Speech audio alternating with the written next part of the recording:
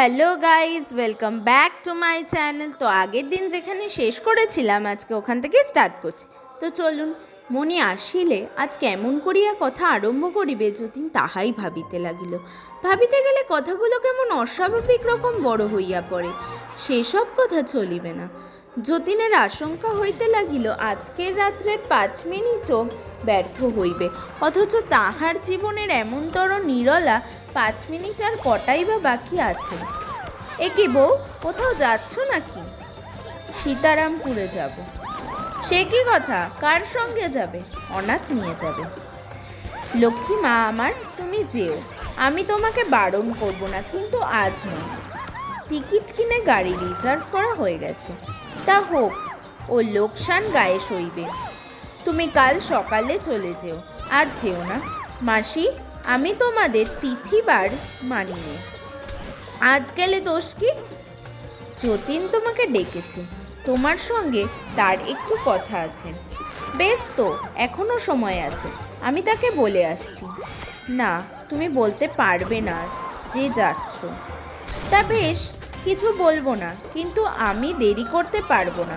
কালই অন্নপ্রাশন, আজ যদি না যাই তো চলবে না। আমি জোর হাত করছি বউ, আমার কথা আজ একদিনের মতো রাখো। আজ মন একটু শান্ত করে যতীনের কাছে এসে বসো, তাড়াতাড়ি করো না। তা কি করব বলো? গাড়ি তো আমার জন্যে বসে থাকবে না। অনাথ চলে গেছে, 10 মিনিট পরে সে এসে আমাকে নিয়ে যাবে। এই বেলা তার সঙ্গে দেখা সেরে আসি গে। না, তবে থাক, তুমি যাও।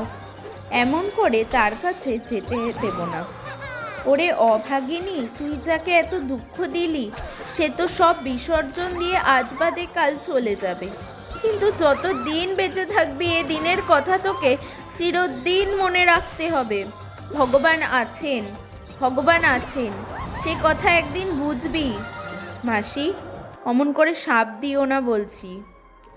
ওরে বাপ রে, আর কেন বেঁচে আছিস রে বাপ? পাপের যে শেষ নেই, আমি তো ঠেকিয়ে রাখতে পারলুম না। মাসি একটু দেরি করিয়া রোগীর ঘরে গেলেন, আশা করিলেন যতীন ঘুমাইয়া পড়িবে। কিন্তু ঘরে ঢুকতেই দেখিলেন বিছানার উপর যতীন নড়িয়া চড়িয়া উঠিল।